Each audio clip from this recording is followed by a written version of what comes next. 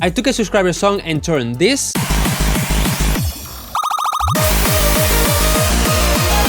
into this. Let me show you how I did it. The first thing I hear when I listen to the original mix is that the kick and the bass are not strong enough. It doesn't have enough low end, it's not punchy, so I need to work on that. So what I decided to do is to use an R bass. You can also use like a Smear Essentials kick, which is free, and just increase the sub. And I just increased a little bit the intensity and moved on the frequencies to get the best spot. In this case, 42 Hz. Before, after. As more low end. Also, this kick for me sounds a bit boomy, so I decided to use this EQ. As you can see, it's not a lot, but for me it sounds a little bit more controlled. And by reducing here, we also give a bit more presence to the low end. If you want to know how to have the perfect low end in your song, subscribe, because I'm gonna upload a new video really soon that is crazy. Also, as you can see here, the kick has some rolls. And as you can see, there are some peaks. So I wanted to control that. The only thing I needed to do is to use a limiter.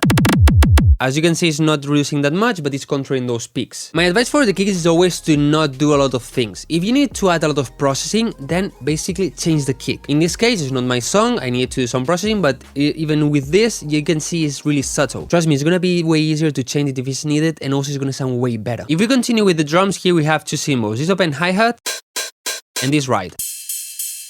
The hi-hat is a sound for high frequencies, but also sometimes they have a little bit of mids. In this case, for me it has way too much here, so what I say to do is low cut to make sure I don't have any lows interfering with the kick and the bass. It's not doing a lot, but for me it sounds a little bit cleaner. Then if we listen to the hi-hat, it sounds good, but this frequency right here, I don't really like it.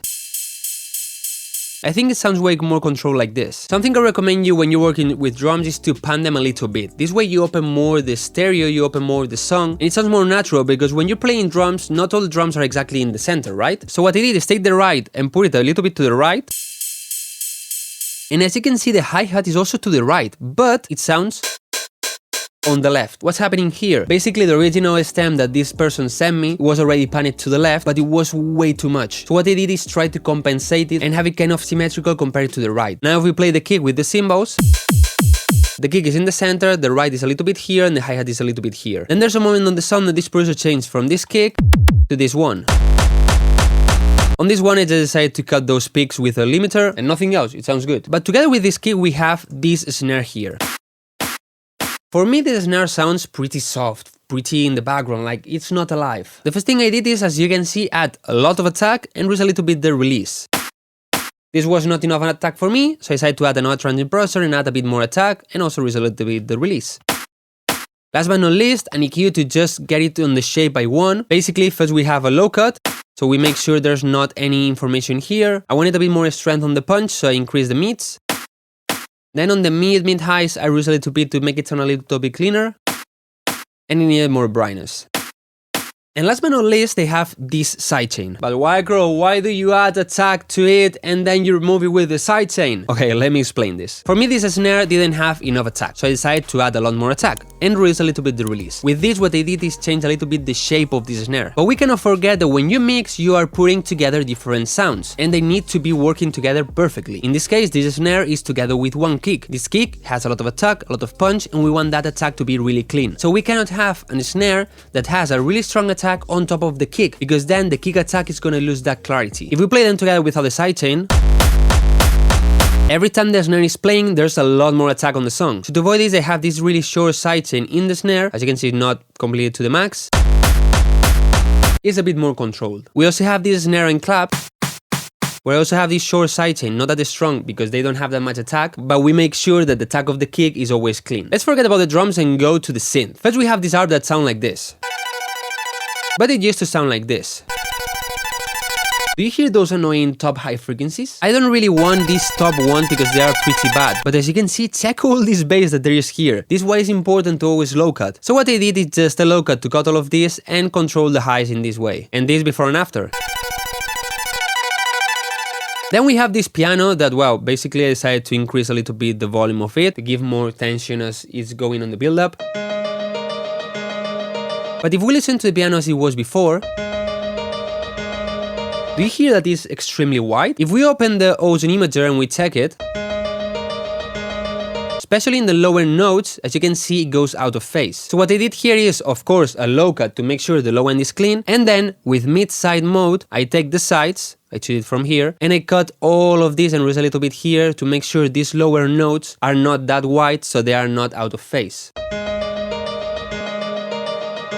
Then when this piano was controlled, I listened on the entire mix and I thought it was way too wide when it's mixed with the other sounds. So I decided to go here and increase a little bit this knob so it was a bit more mono. Let's continue with the song. We have these choirs and this pad.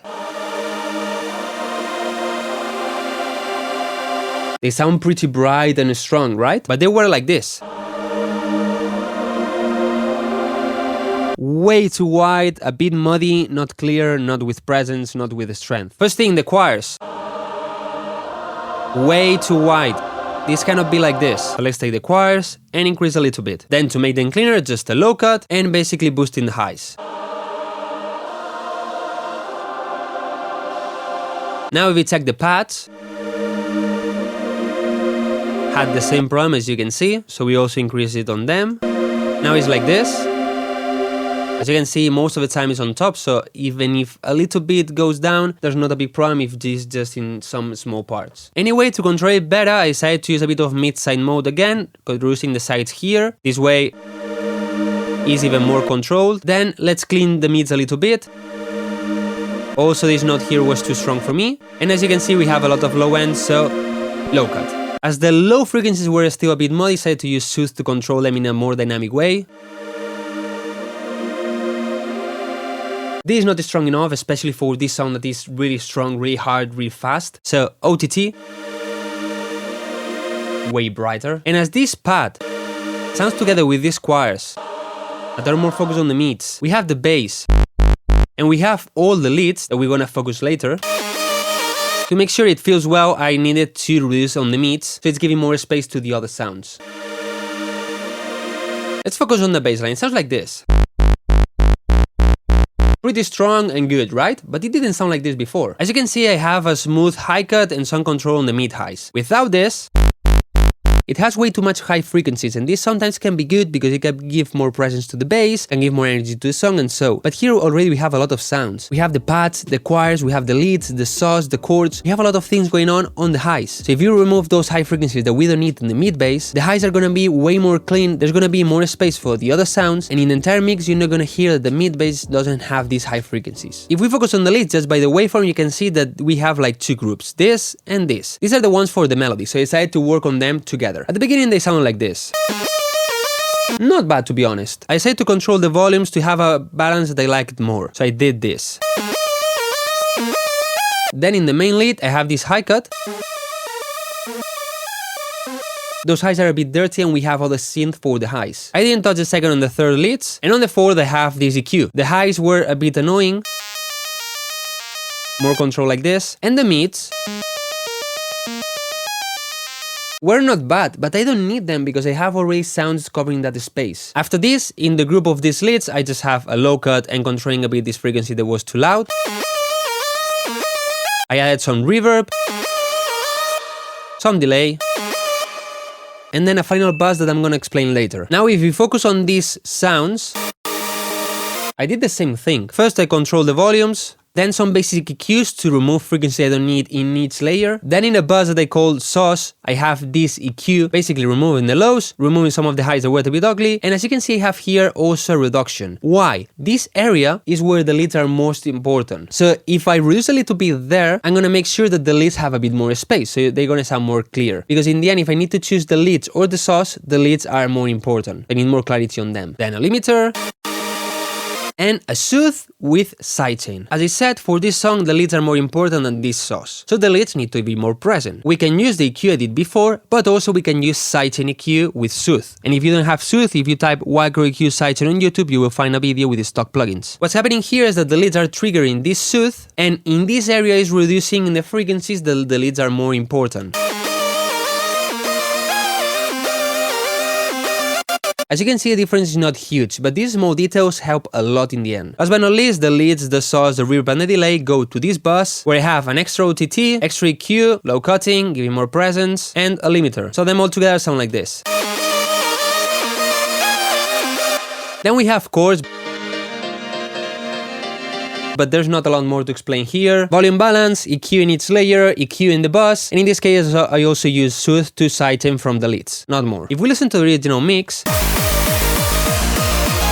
it has a lot of noise, it's way too much, and also way too much high frequencies, that I already controlled, of course. This comes from the effects, and here basically you just need to control the volume of each one, and if it's needed, do some subtle EQs. Also, in terms of arrangement, I did a small change, but because I thought it was going to sound way cleaner, way better, and also more interesting. Here we have these vocal chops. And as you can see, they were also here, but they are muted. These vocal chops were playing at the same time as these leads. The problem here is that these two sounds share basically all the frequencies, and also they have different melodies, so it was a chaos, they were clashing a lot. So what I decided to do is mute the leads here and have the vocal chops, and then in the second part mute the vocal chops and have the leads. This way these two parts sound a little bit different. Last but not least, I did the mastering, and if you want to know about mastering, I have a lot of videos in my YouTube channel, but I recommend you, for example, to check this one, that you're gonna learn a lot about how to master songs and make them really loud. And if we compare, this was before and after.